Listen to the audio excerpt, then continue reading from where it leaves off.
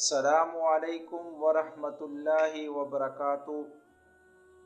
میرے محترم ناظرین، امید کرتا ہوں کہ آپ ایمان اور صحت کی بہترین حالت میں ہوں گے۔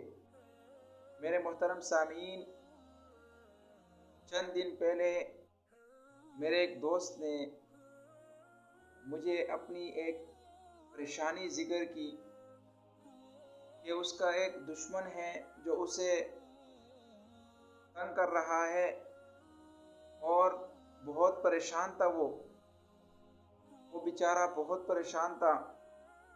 اس نے مجھے کہا کہ قاری صاحب، مجھے کوئی ایسا وظیفہ بتائیں جس سے میرا وہ دشمن میرا پیچھا چھوڑ دے۔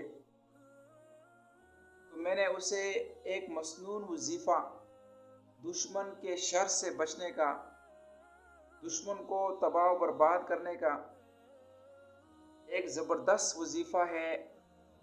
میرے محترم دوستو، یقین کر لو، جب بھی کوئی آپ کو پریشان کرے، آپ کو ستائے اور آپ اسے مجبور ہیں اس کے ہاتھوں سے، آپ اسے کچھ بھی نہیں کر سکتے، تو آپ کو میں ایک زبردست وظیفہ بتاؤں گا، آپ نے وہ پڑھنا ہے۔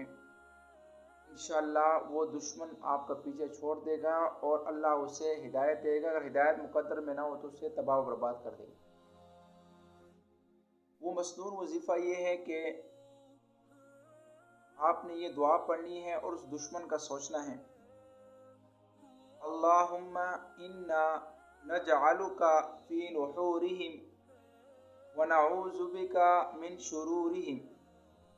یہ وظیفہ آپ نے کرنا ہے اور یقین کے ساتھ کرنا ہے۔ اتنا زبردست وظیفہ ہے، یہ دشمن کو تباہ کرنے کے لیے ایک قسم کا ایٹم بم ہے۔ اس لیے یہ آپ پڑھیں، انشاءاللہ چند ہی دن کے اندر آپ کو اس کے ثمرات نظر آنے شروع ہو جائیں گے۔ اس کو یقین کے ساتھ پڑھنا ہے اور میں نے اس کو آزمایا ہے۔